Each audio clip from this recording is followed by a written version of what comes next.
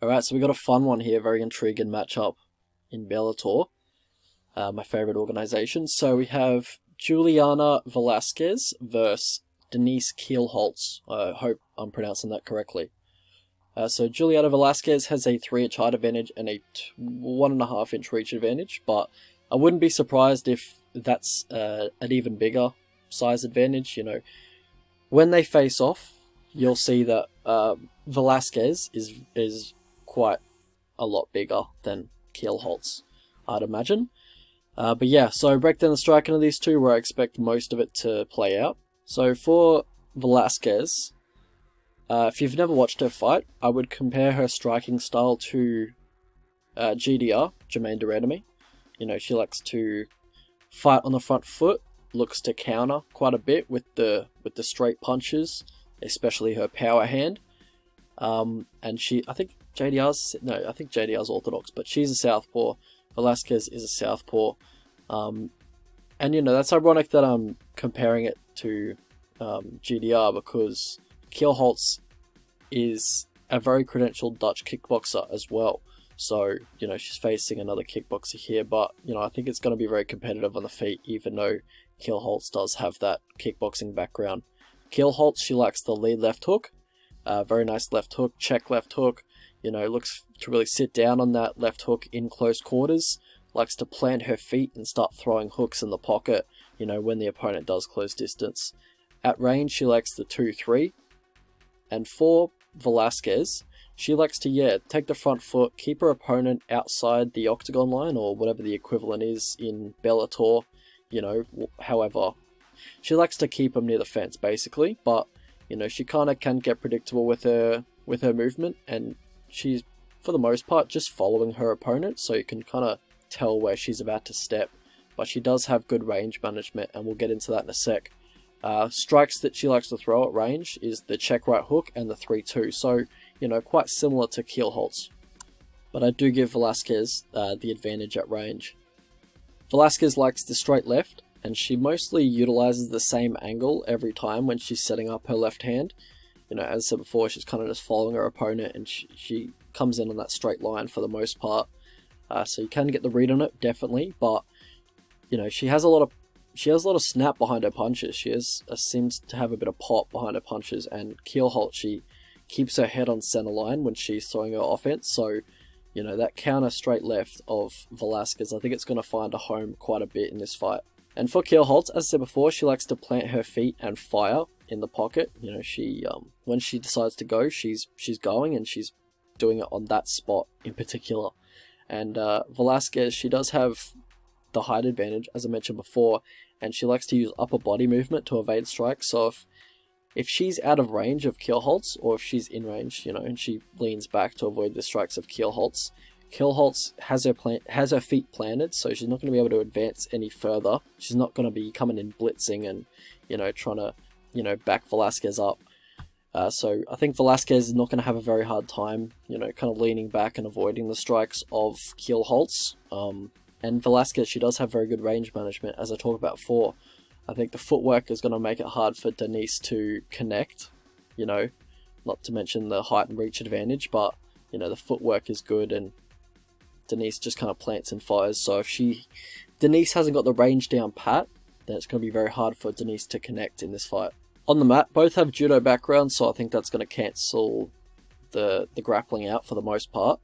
Denise, she likes the scarf hold arm lock, tries to, you know, keep a hold of it and then look for an armbar from there. Very nice armbar submission, you know, ground and pound, just on the opponent's head, you know, while she's got it in that scarf hold.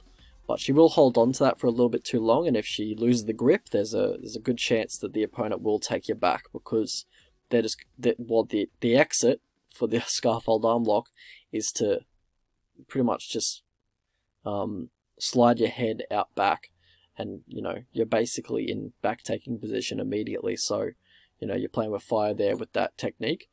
But she seems to have, you know, quite a strong hold on the scarf hold, so, you know, it hasn't burned her too much in her career so far. How these guys win fights, so for Juliana Velasquez, she has very good accuracy on her straight left and a bit of power as well. Good takedown defense too.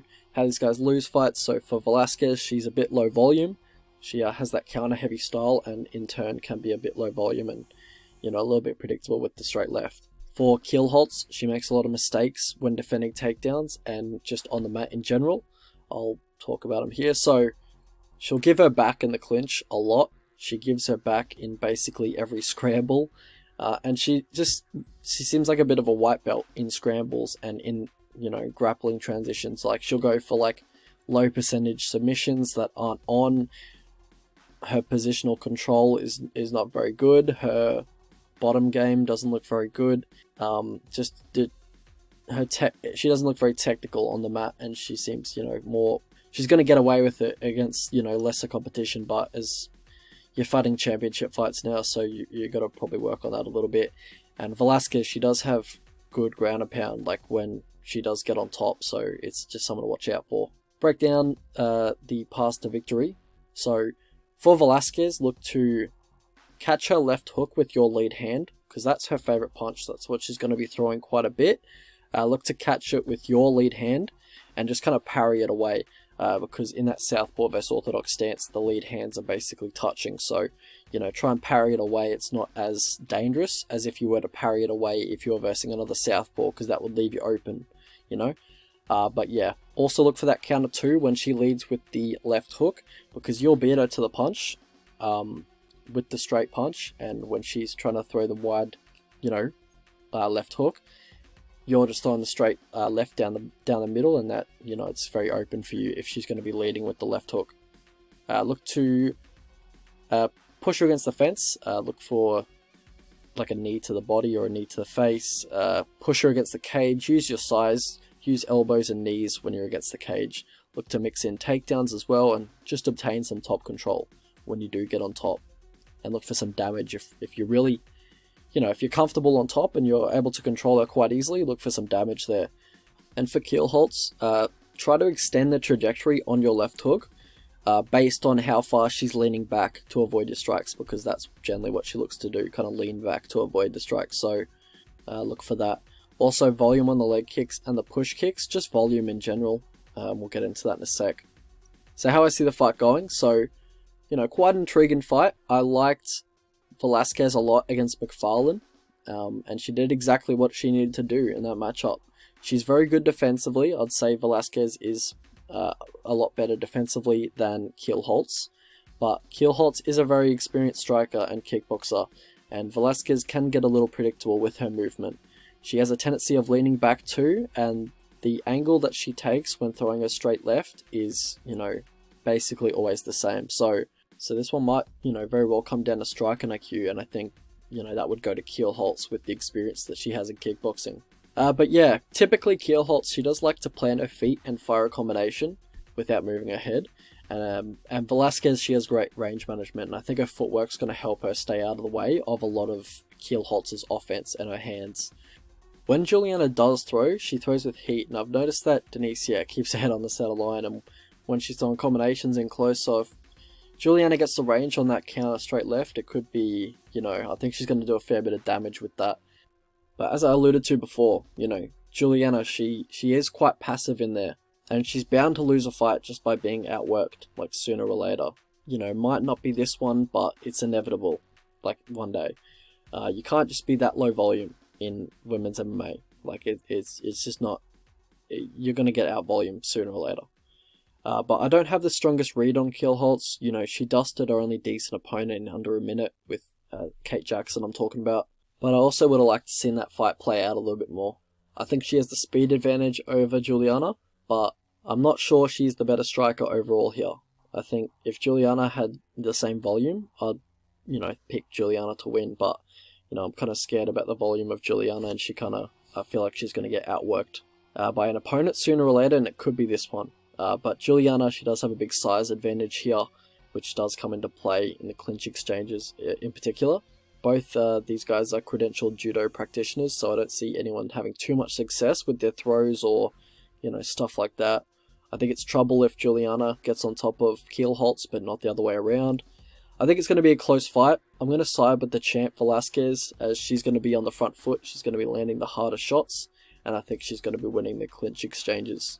But I've been absolutely terrible at picking Bellator fights this year, so which makes me hate the organization more than I already do. But yeah, I'm going to pick Velasquez. So I understand if you want to fade me in this spot because of my Bellator record this year. It's probably like 5-6 or something terrible like that. But yeah, so that's what I'm picking, and we'll look at the betting lines. Hey, if you guys could like the video and subscribe to the channel if you haven't already, that'd be incredible.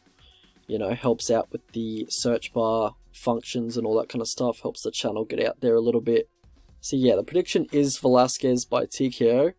I'll say KO because I like, you know, makes it a little bit of fun, but it's probably going to be a decision. Bets I was looking at was Kielholtz at $2, you know, at this price for sure. I was looking at her at like $2.50 or plus 150. At this price, definitely going to take a stab.